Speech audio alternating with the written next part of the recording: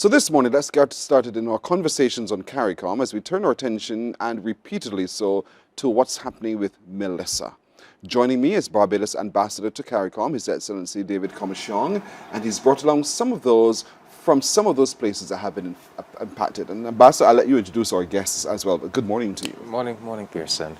Well, it's a pleasure to be here. It's good that we are having this particular discussion because, truth be told, at the heart of the Caribbean integration movement is the notion of collective security. And where do we need collective security most of all? Well, in responses to disasters like Hurricane Melissa. So I've brought along with me, as we know, the three countries most affected by Hurricane Melissa were Jamaica, Haiti, and Cuba. So I brought along with me my colleague, Her Excellency Yanet Stable, Cuba's ambassador to Barbados, and Mrs. Ella Hoyos, Jamaica's honorary consul to Barbados. And I think she's one of the veteran honorary consuls by this time. So we really want to talk about what's been happening with the relief. I don't know if we can say reconstruction yet, because reconstruction might not really have started yet, but the Hurricane Melissa relief efforts in Cuba, Jamaica, and Haiti as well. Lest we forget, I want to put into context what happened. Massive storm, Category 5, I'm starting with Jamaica. Massive storm, Category 5, on your doorsteps, Ambassador, Honorary Consul. And so, talk to me a little bit about how Jamaicans prepared, and then what Jamaicans faced after she hit. So, thank you for that introduction, and thank you, Ambassador Comissiong, for inviting me along. This is a topic that's obviously very near and dear to my heart at this time. Jamaica, like the rest of the Caribbean, watched this monster approach. And everyone was commenting, from the meteorologists to the people on the ground, about how slow moving it was and how much it was building strength. So the government, the emergency response team on the ground, they really utilized the traditional and social media by saying to Jamaicans, get ready for this. This is serious and it is coming. It's slow moving, but it's coming. So the airwaves were just pushing that message out there. And indeed, I would say, by and large, most people took it seriously. And we take it seriously because, 37 years ago, there was Gilbert. Also packing, 175 miles an hour wind. So we had had that experience. But not only that, the people on the south coast of Jamaica, unfortunately, the coast hit again, were still in the throes of recovering from Beryl. And I don't know how much you know about Jamaica, but that is what we refer to typically as the breadbasket of Jamaica. That is the parish that feeds Jamaica, where you would get all the ground provision, the vegetables, the fruits, the watermelons, everything. On a Thursday or Friday, truckloads of produce leave the south coast to go all over Jamaica to feed Jamaica. So those farmers were still in the throes of recovering. And now we have this monster bearing down on us.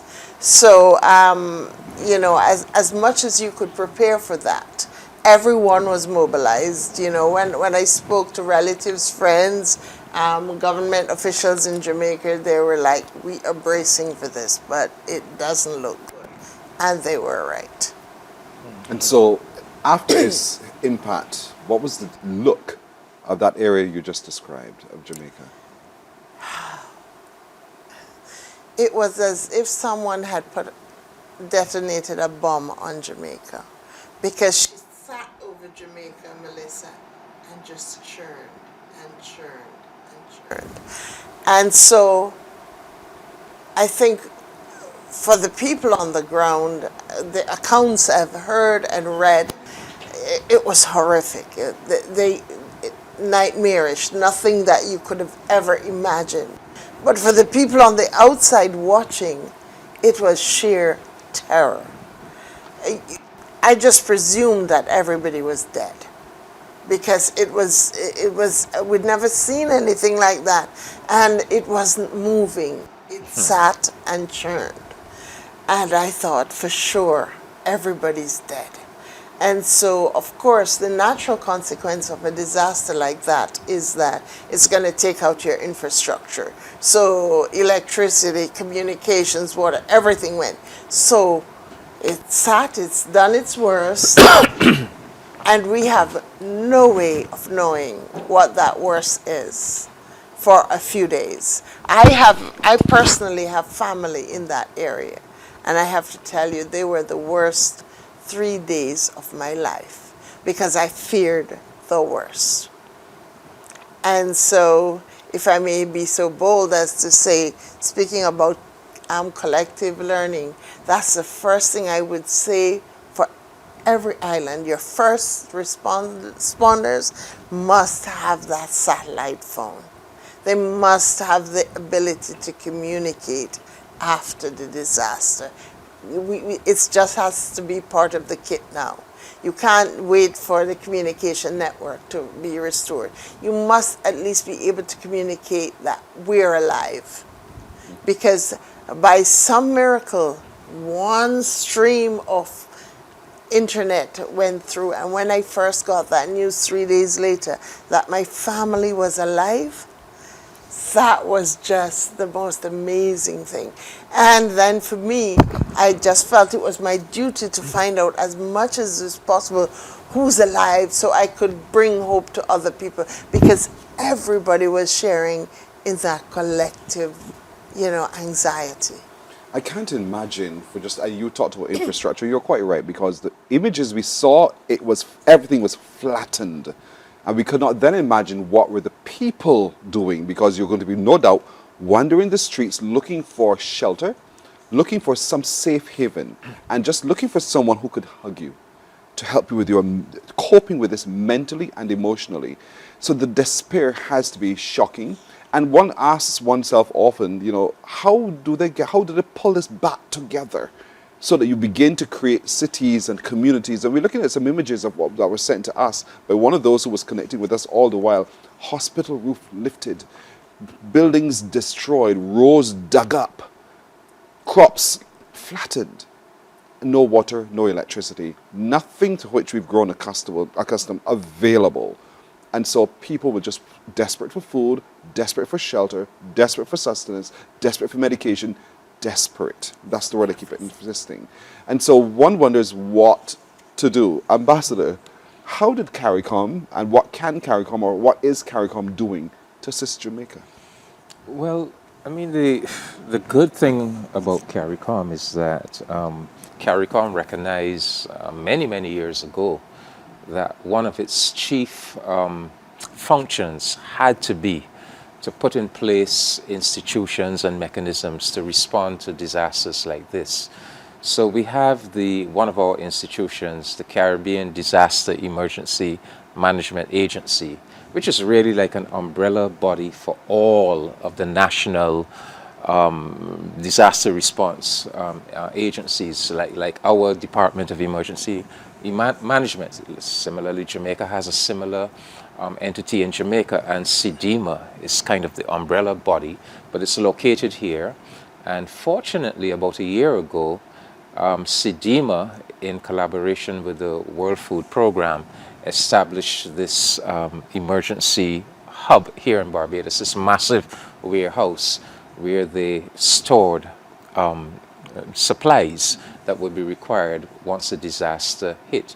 So CDEMA was able to get off the ground very, very quickly. Immediately, the hurricane had passed Jamaica, sending emergency supplies into Jamaica. But CDEMA also plays the role of coordinating the response. So CDEMA has responsibility for coordinating all of the international agencies, all of the international and regional NGOs that typically respond. They send in assessment teams to start doing what Ella just spoke about, the need to go in, to have experts to go and visit the scene, to assess the damage and to assess the immediate needs and so forth.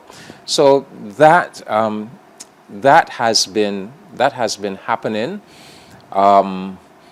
Barbados, and in addition to SEDIMA and the SEDIMA supplies, various CARICOM countries also make their own national efforts to help the affected member state. So we have been doing that in relation to Jamaica, in relation to Haiti, that are both members of CARICOM. Cuba, on the other hand, is a different case because Cuba, not being a member state of CARICOM, Cuba does not, and not being a member of SEDIMA, Cuba does not benefit from, all of those SEDIMA arrangements. And so individual CARICOM countries have been making their own effort to assist Cuba. The Barbados government is one. So there is, so in addition to all that has happened since the hurricane hit and the putting into action the regional disaster response mechanisms, and let me say, before I forget, we have to give a lot of credit to the United Nations system. We often hear a lot of loose talk about, we could get rid of the United Nations. Nonsense. Because when you look at the organizations responding, whether it's the World Food Program, Food and Agriculture Association, UNICEF, UNDP, the UN Population Fund, if we did not have those entities, we would have to invent them. So SEDIMA works with all of them. But I want to make the point that before we go too far into the show, that one of the reasons we wanted to have this discussion this morning is to let Bajans know that there's very much still an urgent need for us to make contributions to the disaster response effort in relation to Jamaica, Cuba, and Haiti, and that the government has set up an account where I went on Friday, I went to my bank on Friday, I made my donations. I want Bajans to know there is an account. I think CBC has the information, and we would want to share the information. But there's the Hurricane Melissa Relief Jamaica account, Hurricane Melissa Relief Haiti account, Hurricane Melissa Relief Cuba account. And you can go to any of your bank, you can go to your bank, your credit union, and I think we will give the account number, but you can make financial donations. But in addition to that, we are also taking donations of physical items, and I know there are different organizations that are doing their own collections, but the government is doing a collection at the Bridgetown Port, at the Pelican House, Building 14, the Harbor Industrial Park. That's the warehouse just before you actually enter the port on the right. And you can go there and make your deliveries Monday to Friday, 8 a.m. to 9 p.m. and on Saturdays, 9 a.m. to 2 p.m. So we really want that information to get out there. You're making physical donations of physical supplies for all three countries, and if you want to indicate which country you want them to go to, you just give that indication to the staff there, and you also can make financial donations to all three countries. All right, and so Ambassador Stable, here was the churn of which Consul Hoyos spoke about.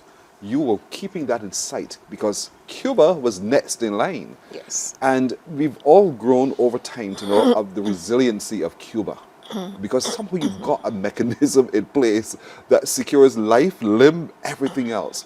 Talk to me about the impact of Melissa on Cuba.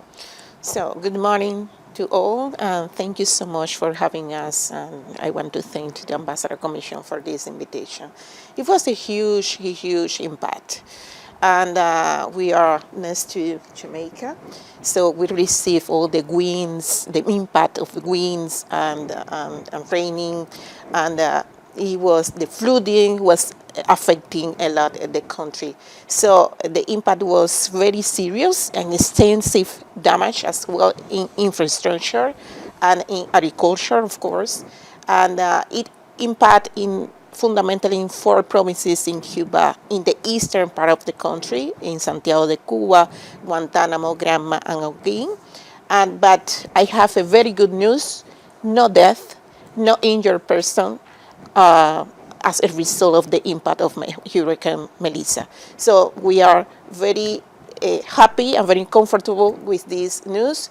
We have a very strong civil defense system in Cuba to inform people before the impact of the hurricane or another natural phenomenon. And after the impact of this hurricane, we have all the system that has a very good mechanism to inform people and to take care of them. This is the most important thing: this take care of the human lives in Cuba. So it was during the last 2 weeks, 2 weeks before the impact of the hurricane, people was being informed about the possibilities to receive the impact of this phenomenon, and the people prepared for this situation. We have a huge experiences about the impact of hurricane or other this kind of phenomena in Cuba. So we have been established this mechanism and preparing people for this. So, and the impact will cause very extensive damage in houses, in infrastructure, hospitals, schools, everything. More than 1 million people were protected. Of these, more than 700,000 people were evacuated before the impact of hurricane.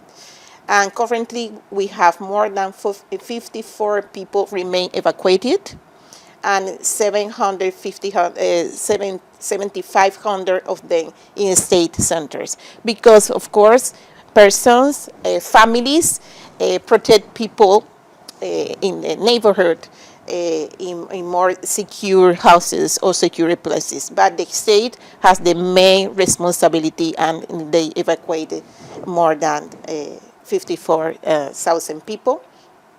And as I said, damages affected homes, infrastructure, the agricultural sector, and essential services. The main types of damages was in the destruction in 70,000 homes, and 4,000 of them collapsed, and as well hundreds of thousands of hectares of damaged crops. So in this moment, we are in the restoring everything, trying to restoring the everything. School is starting to function in Cuba, but the majority of people remain in these state centers to be protected. But we are trying, and we receive this, we have to thank and express our deep gratitude to the United Nations organizations. They released almost $74 million to help Cuba, and in this moment, we have almost 11 million of dollars has been released for the protection of people and for the help, the assistance of people with food and medicine, and other sister countries and other system people. That is the fundamental thing, has been helping, assisting Cuba, sending supplies of medicine and food, and we already received assistance from Venezuela, for example, our brother country, our brother people of Venezuela, Colombia, India, some European countries as well as Germany, Norway, and some others. And from the Cuban living abroad, this is important because Cuba has been expressing the solidarity with their own people. And in Cuba, people are collecting items and making some financial contribution through some banking accounts. So this is have been a very huge effort from many organizations, from many people to assist the Cuba in this particular and very sad situation that we have been confronted. Pearson, can I say that, just to pay a tribute to Cuba, Cuba is really the world champion of knowing how to organize for and respond to this kind of disaster. In fact, there were no casualties in Cuba. There were no deaths in Cuba, and that's a testimony to their level of organization, where they evacuated hundreds of thousands of people. And in Cuba, when the government issues an evacuation notice, it is mandatory. It's not like you could decide, I am staying. That's the difference between Cuba and Jamaica, because there are some people who defied in Jamaica the government's evacuation notice. So there have been 43 deaths in Haiti, 32 in Jamaica, zero in Cuba. And we in CARICOM, we are very conscious of the strength that Cuba has, so much so that earlier this year, a team from our own Department of Emergency Management actually went to Cuba to learn from the Cubans the best techniques for responding to disasters. And we should also give some kudos to Jamaica, because Jamaica has been a pioneer in terms of putting in place financial mechanisms to get off to a quick start once a disaster hits. I mean, in 2021, Jamaica pioneered this catastrophe bond, which, with the help of the World Bank, they launched. And as a result of having that bond, Jamaica was able to get an immediate payment of $150 million, which, yes, it would be a drop in the bucket in terms of the reconstruction, but very critical funds to kickstart the relief effort. And Jamaica is also a member of the CRIF, the Caribbean Catastrophe Risk Insurance Facility. This is this unique insurance facility that the CARICOM governments pioneered several years ago. It is headquartered in the Cayman Islands, and it offers these parametric policies where you don't have to wait to do an assessment after the disaster hits to see what the damage was before you get a payout. Once there was rainfall of a certain intensity, wind speeds of a certain intensity, they do the calculation. This is what the damage is likely to be, and you get payouts within 14 days. So Jamaica is in line to pocket about $90 million thus far from the CRIF. So I just want to make the point that we Caribbean countries, we are not just some hapless victims. We have taken this business about dealing with these natural disasters very seriously. We are world leaders. Barbados is a world leader in terms of the debt pause clauses. You put the debt pause clauses into your borrowing instruments so that if a disaster hits, you can pause your debt payments for 2 years. So we need to make the point that we are very proactive. We have been doing things to try to protect ourselves, but of course, we are on the front line of this climate crisis. These hurricanes are getting more and more violent and severe every year.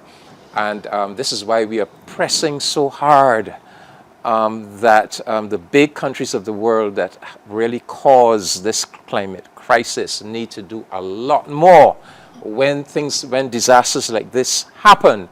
To be fair to us, there should be much more support international support from some of these big countries that really, have caused the problem. And truth be told, sometimes when you look at the amount of assistance that some of these major industrial countries are giving, I want to use the word disgraceful, but I won't use that word. But really and truly, it is not fair to us, and kudos to the Caribbean governments and people who have been very proactive and are showing leadership in this whole area of dealing with disasters. I know, viewers, you hear the words $90 million, you think that's a lot. It's much, but it's never enough. Just imagine for just a moment that your house was demolished. How soon do you think you can have your house rebuilt? Imagine houses being demolished in the country. What do you think it takes to have those rebuilt? How long do you think that can happen? What do you think is the ongoing need of those who have been impacted by that devastation, from potable water, drinking water, to access to medication, to a little bit of cash so you can live dignified, to be able to, as an adult, do and choose to do what you want to do? Billions of dollars, Pearson. We're Billions of really dollars. we're really talking billions. So I don't want anybody to be confused. When I speak about this 150 million and 90 million, that is just to kickstart the relief effort. When you're talking about reconstruction for Jamaica, Cuba, Haiti, we are actually talking billions of dollars. Right. So we have a long, long road ahead of us. And Correct. all of us in the Caribbean, we have to contribute to that I effort. want, just a second, I want to spread our deep, deep gratitude to the people of Barbados for having this initiative, to the government of Barbados for having this initiative to assist the people, the brother countries and sister countries, people from Jamaica, Haiti, and Cuba, and we are very grateful with this initiative and with these efforts from Barbados. Consistently, because I think when we had Gilbert, it was the same thing. The first shipment arrived from Barbados. I never forgot that.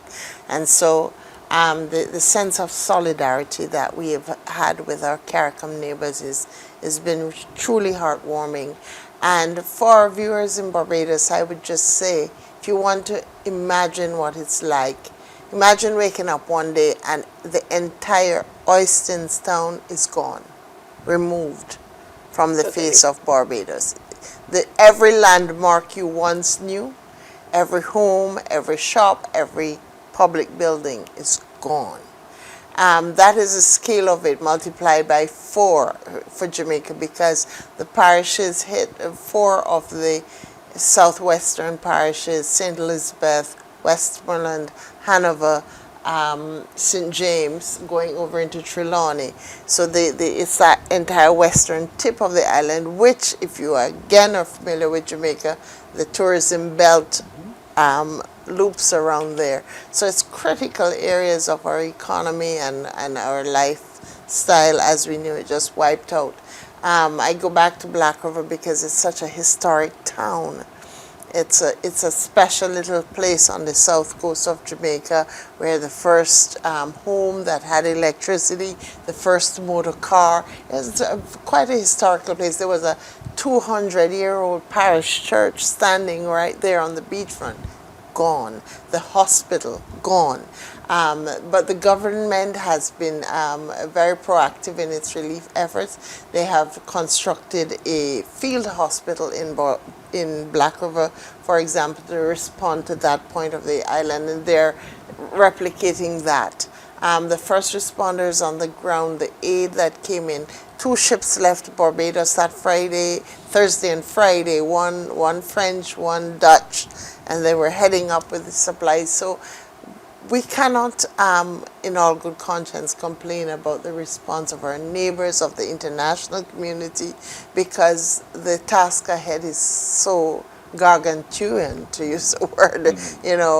Where do we begin? But no one is wringing their hands. We're just saying this is the reality. And collectively, I think CARICOM is saying, yes, this is what a hurricane, a disaster will look like or could look like in the future for us. For all the reasons that Ambassador Comissiong said, global warming and climate change is a reality, and this is what it means in Caribbean terms, that life as you know it in the twinkling of an eye could be wiped out, and all the plans you've put in place, all the strategies that you've engaged, I mean, 150 million US dollars, 90 million US dollars, you think, yes, that's recovery, but that's like your little mobilization fund. But at least you have it. So you're not sitting there waiting for the first relief to come. You're like, yes, let's be proactive about how we're going to start this process. And, let's see how we can help each other to just pull our bootstraps up and start the rebuilding process, because that's what you have to do. People's lives and their livelihood have been wiped out, and you just have to give them hope. Hope. And there's another word you used, solidarity. And that's where we're asking you folks, let's stand in solidarity. I know it's a word that Cuba does ever so well. Let's stand in solidarity with our neighbors to the north of us who have been touched, barely touched, but devastated. The information where you can make your financial donations is on your screen. Look to your screens right now, screenshot it, look back at the show, do what you have to do, and then you take an action and you go make your financial contributions to what's needed. The account numbers for Hurricane Melissa Relief Jamaica, Haiti, and Cuba, that information is on your screen. Where of course you can make donations in kind of the critical items. You know what babies need. You know what people who are diabetic need.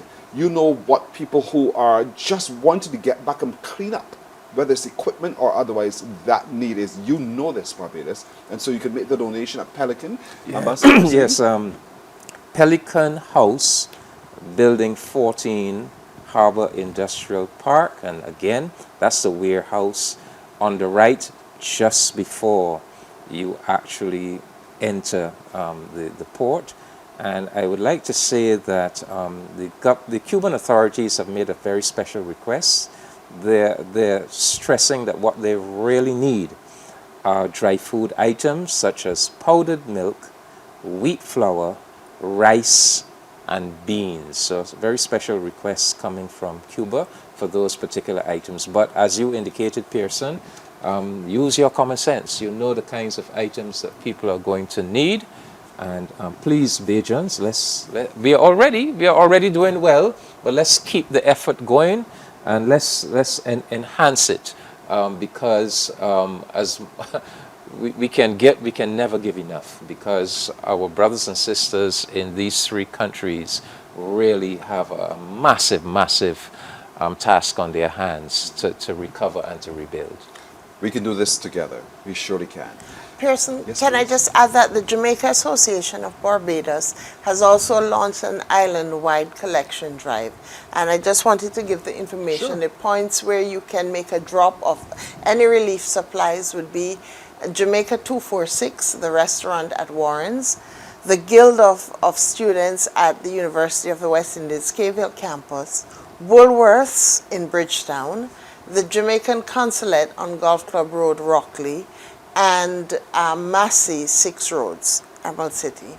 So we have tried to cover the island as much as possible to make convenient drop-off points. And as the ambassador said, we prefer to have dry goods, the traditional hurricane reliefs, as you say. You know what babies need: hygiene kits, water purification tablets, tarpaulin. We can't get enough tarpaulin. Just buy all the tarp, because all the homes are roofless, and that blue tarp is going to become a dot on our landscape for at least the next 2 years. So as much as you can bring, we can take it. Water, just drinking water. We need as much as that as you can give, feminine hygiene products, babies' diapers. Barbadians have responded.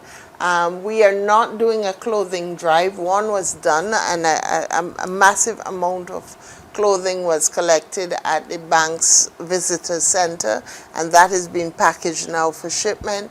But we're not doing a clothing drive per se. It's not. There is a needs list. There is a website as well. It's supportjamaica.gov.jm. Supportjamaica.gov.jm, and there you can make donations in cash or kind. But on the ground in Barbados, we have set up this these collection points to make sure it's easier for Barbadians to just make a donation.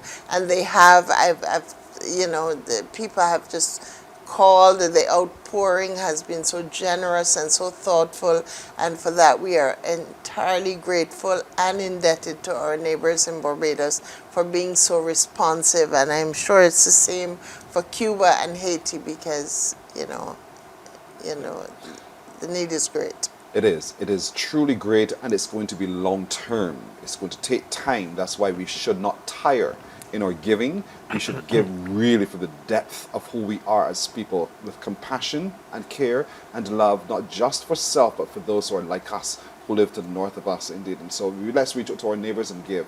And you can give at the bank accounts we shared with you. You can make your drop-offs at what Consul Hoyos just shared with you, at the many locations which the Jamaica Association of Barbados they have, or you can make it at Pelican as well. Israel Love Foundation as well. And also the Israel Love Yes, Foundation. in the case of Cuba. Indicate the destination you like your contribution to go to. And we really do say a big thank you for doing so. We know you feel it. Share this with as many people as possible. Every day share it. Every day remind them the need is great, and so we need to give more today. If you say that every single day, and you can encourage everyone every day to continue giving, we can get to the land of promise a lot quicker indeed. I want to thank you for being so generous in your donation as well. Ambassador, thank you so much again for joining us. For Thank you, Pearson. Thank you. My pleasure indeed.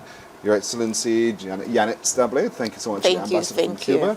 And the Consul Ella Hoyos, thank you so very much for joining us. Thank you for You're very welcome. Morning, morning, morning. Good morning.